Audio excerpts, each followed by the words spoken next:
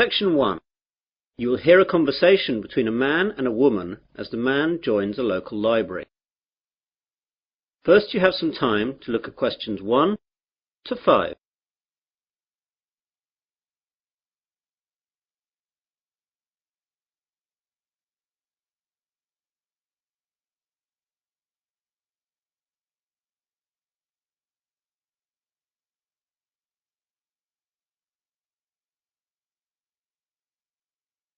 You will see that there is an example. This time only, the conversation relating to this will be played first. Hello, I'm new in the area and I'd like to join the library, please. That's no problem. Let me get an application form. Here we are. Now, all we have to do is fill this in and then I'll get you to sign it and you'll be a member. Great. Now then, what's your full name? Peter Adrian Camden. How do you spell Camden? C-A-M-D-E-N. C-A-M-D-E-N? Yes, that's right. So, Camden is the correct answer. Now we begin. You should answer the questions as you listen, as the recording is not played twice. Listen carefully to the conversation and answer questions 1 to 5. Hello, I'm new in the area and I'd like to join the library, please. That's no problem. Let me get an application form. Here we are. Now, all we have to do is fill this in and then I'll get you to sign it and you'll be a member. Great. Now then, what's your full name? Peter Adrian Camden. How do you spell Camden? C-A-M-D-E-N. C-A-M-D-E-N? Yes, that's right. Right. And what's your address? Flat 5, 53 Green Street, Finsbury. OK, got that. That's near here, isn't it? Yes, just 5 minutes walk. What's the postcode? 7424. 7434. Got that now. Now, can you tell me your date of birth?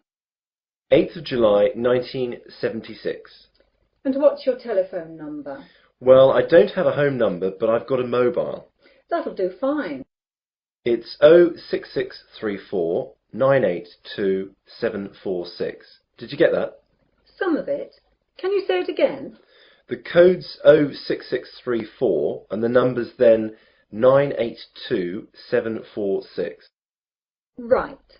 That's almost it. Now I need some kind of identification to prove where you live. Do you have a driving licence or a passport or anything like that? I'm afraid that everything I have has got my old address on it. Do you need it now? No, not now, but you won't be able to take anything out until we see that. Wait a minute. I've got a letter addressed to me here that arrived this morning. Will that do? Oh yes, that's a good idea. That will be fine. Let's look. OK. Well, that's finished. Before the conversation continues, you have some time to look at questions 6 to 10.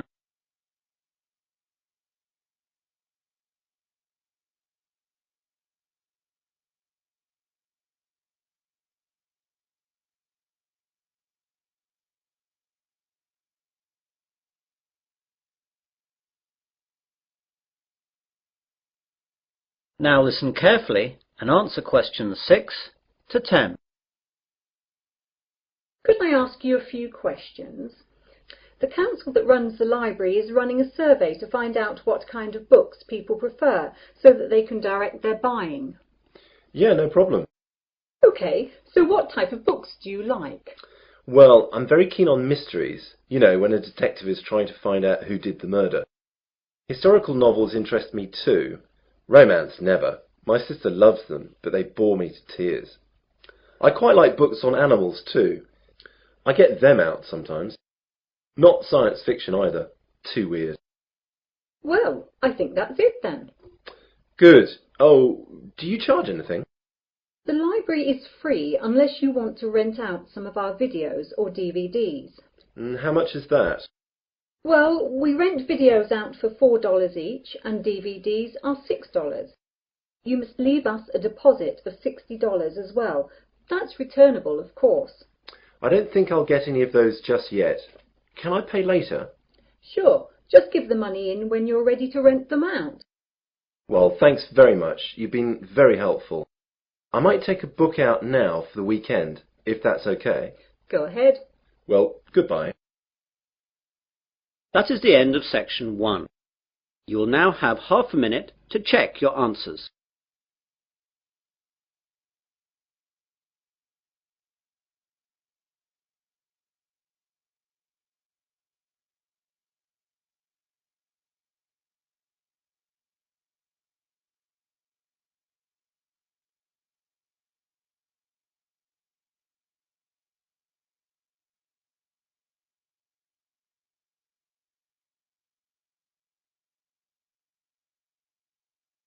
Now turn to section 2. Section 2. You will hear a radio presenter interviewing a doctor. First you have some time to look at questions 11 to 14.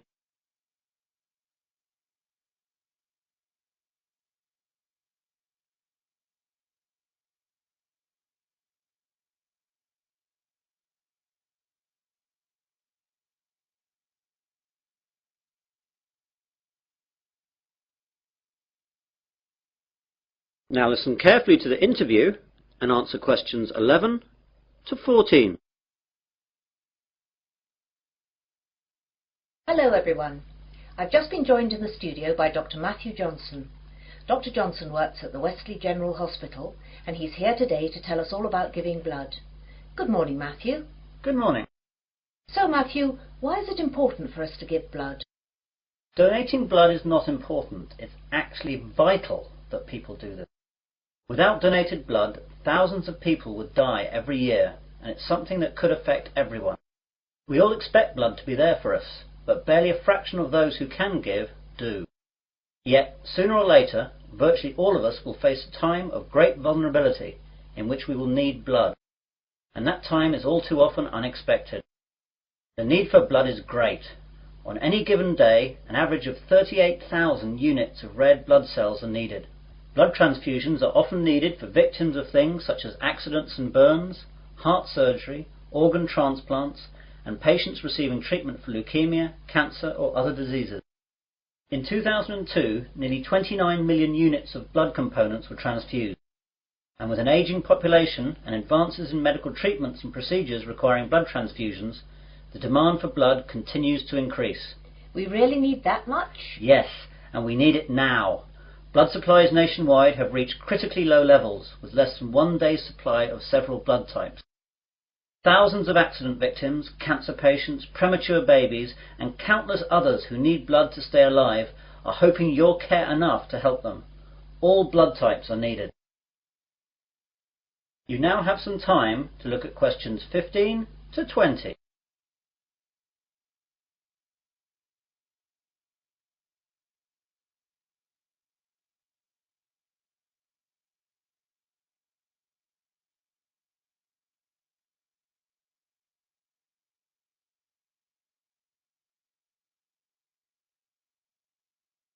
Now listen to the rest of the conversation and answer questions 15 to 20.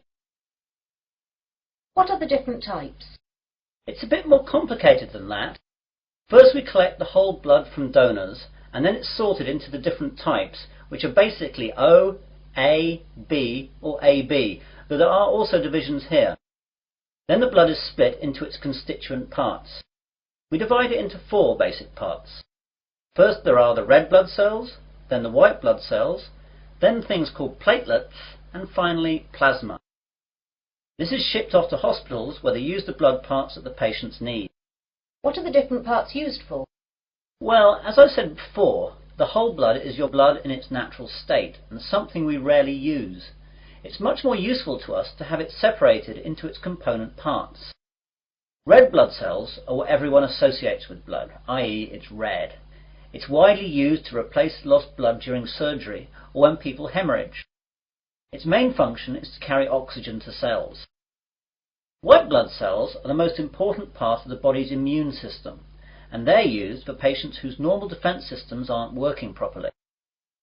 Platelets are crucial for making your blood clot, and we need to give them to patients who suffer from illnesses that deplete their natural levels of platelets, or they will bleed to death.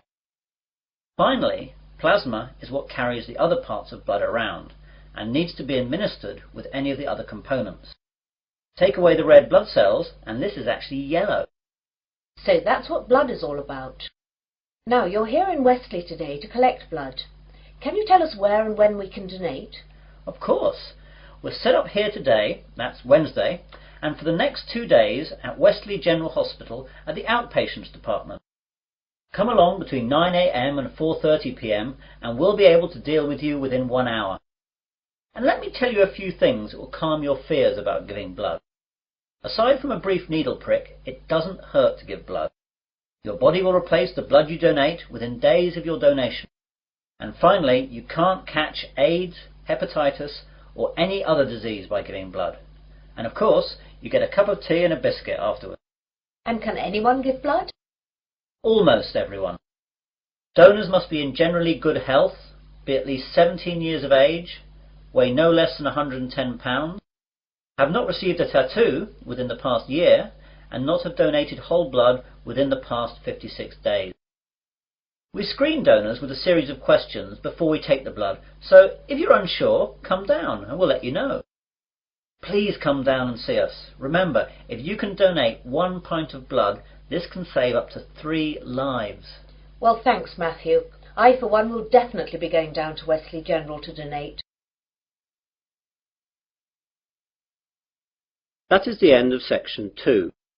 You will now have half a minute to check your answers.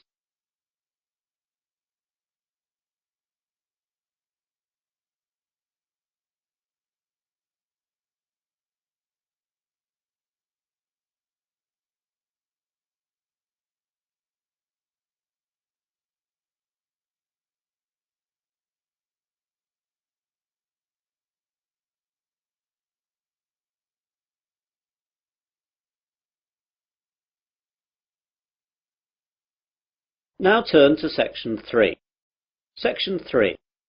You will hear a conversation between 3 people about use of university computers. First, you have some time to look at questions 21 to 27.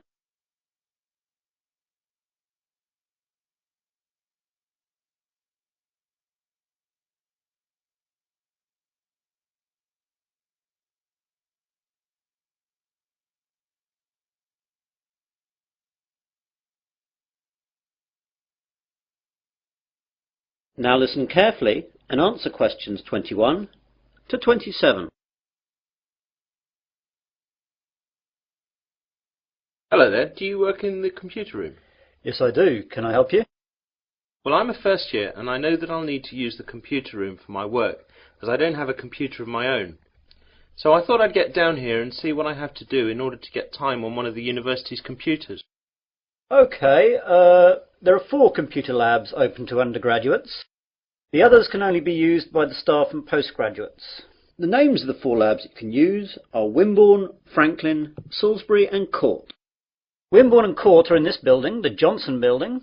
Franklin is in the Computer Sciences building, and Salisbury is in the library. So I can use them whenever I like? Well, you can use them, but not whenever you like. As you can imagine, they're in quite a lot of demand, so you have to reserve your time on a computer. In each of the labs there is a reservation book, and you can reserve your time on a computer in that for 2 hours daily. If a computer is free, though, you can go on it straight away. It's quite straightforward, but be sure to always write your name in the reservation book in pen, or someone can rub it out and put their name in instead.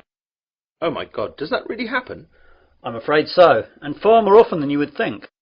When people are stressed about their assignments, they'll do anything to get some time on the computers. Better not try it yourself, though, or you'll be banned from the computers for the rest of the academic year, and your password and username will be taken away. That reminds me, I've got to get a username and password. How do I go about that then?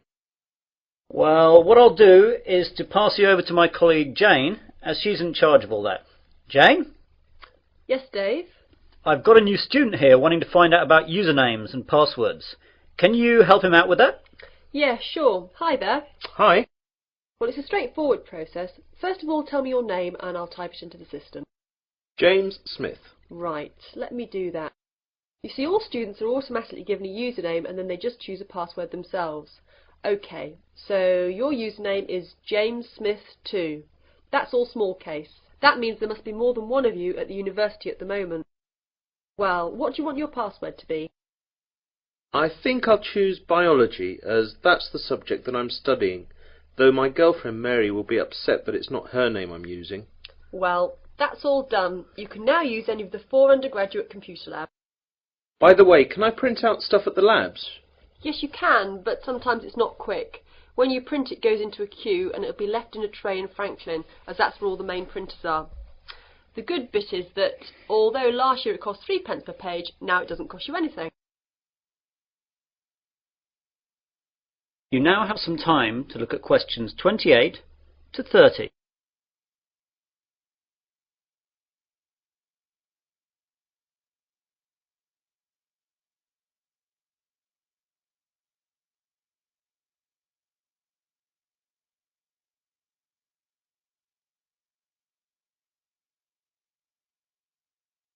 Now listen to the rest of the conversation and answer questions 28 to 30. I don't really know much about computing. Is there any training available? Yes, we have introductory courses for all new students. There is beginner, intermediate and advanced. Which would you like to go for? Well, I have done some, but I don't know if I'm up to anything more than beginner. I'd better stick with that. Intermediate could be too tough. Well, your course is in Franklin then. We're in Court now. You know where that is. That's in this building too, isn't it? No, that's Wimborne you're thinking about. Franklin's over in the Computer Sciences building. Anything else? I don't know what time the course starts. Let's have a look then. Advanced starts at 4:30 in the afternoon on Mondays, but yours is the day after at 5 in the afternoon. Are there any other times, as I've got a part-time job then? Yes, you could try Thursday at 2 p.m. How's that? Even worse, as I've a tutorial then. Anything else? No, that's it. I'll have to rearrange work then. I can't miss the tutorial. That is the end of section 3. You will now have half a minute to check your answers.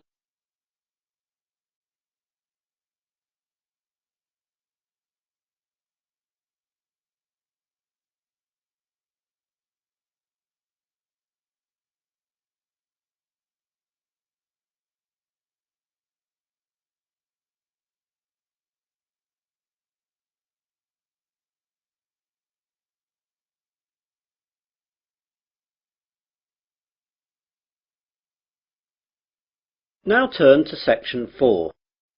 Section 4. You will hear part of a university seminar given by a student. First, you have some time to look at questions 31 to 40.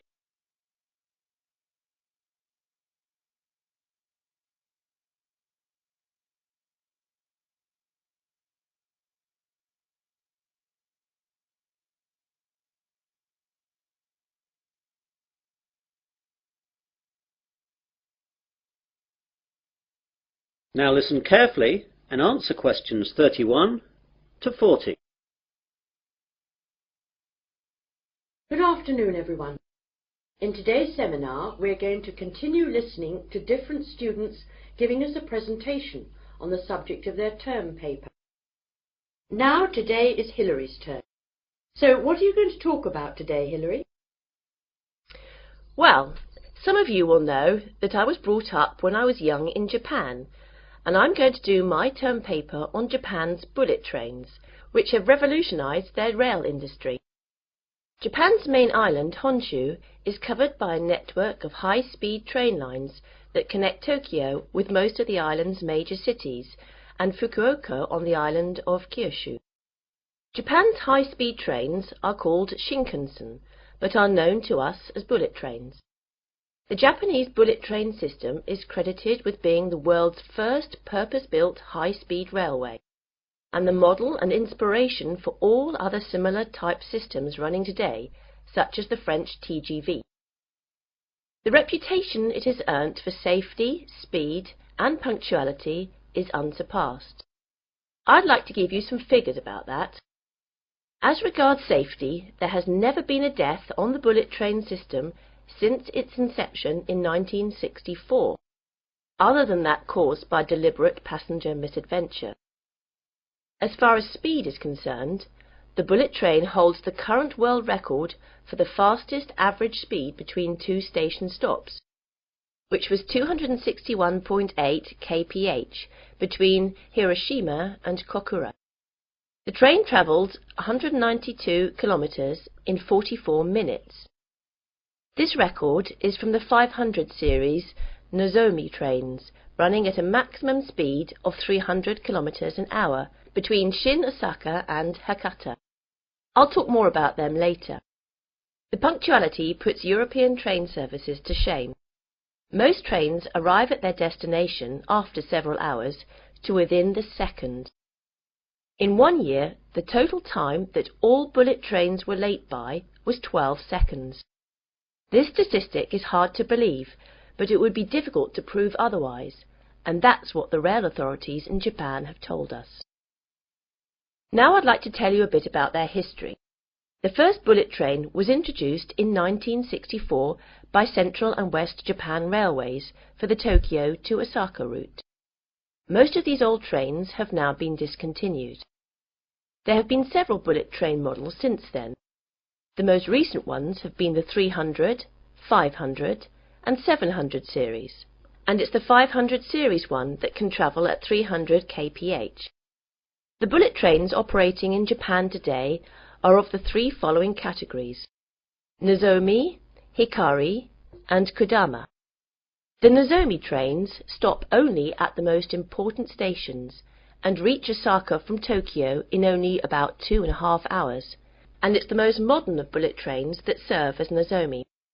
Hikari trains stop a little bit more frequently than Nozomi trains and need roughly 3 hours to reach Osaka from Tokyo. Kodama trains stop at all stations, and they are the local trains among bullet trains. Older models of bullet trains serve as Kodama. I'd like now to talk a little bit about the technology involved in bullet trains. The Shinkansen bullet trains consist of electrically powered cars. That means basically all individual cars are equipped with electric motor driving systems. This is in contrast to locomotive trains, in which the locomotive pulls the passenger coaches.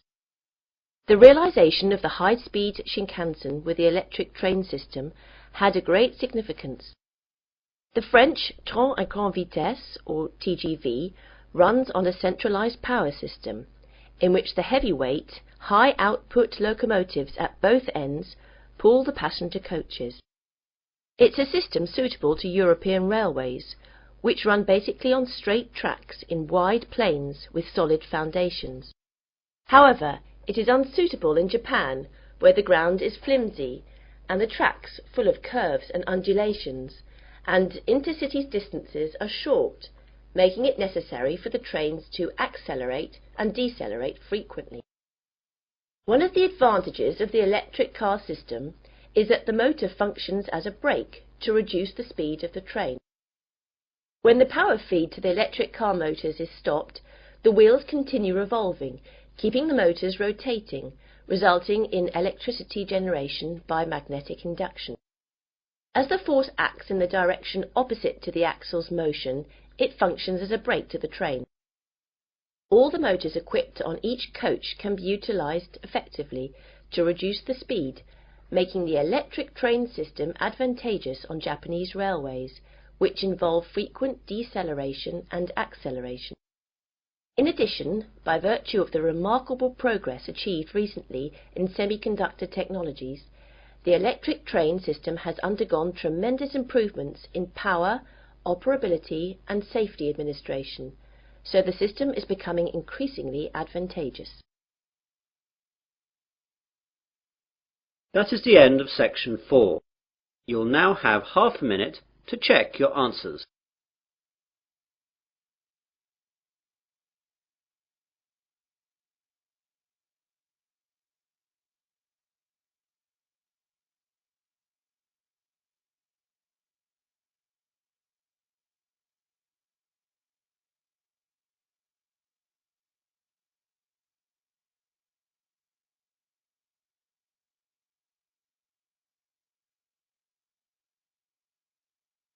That is the end of listening test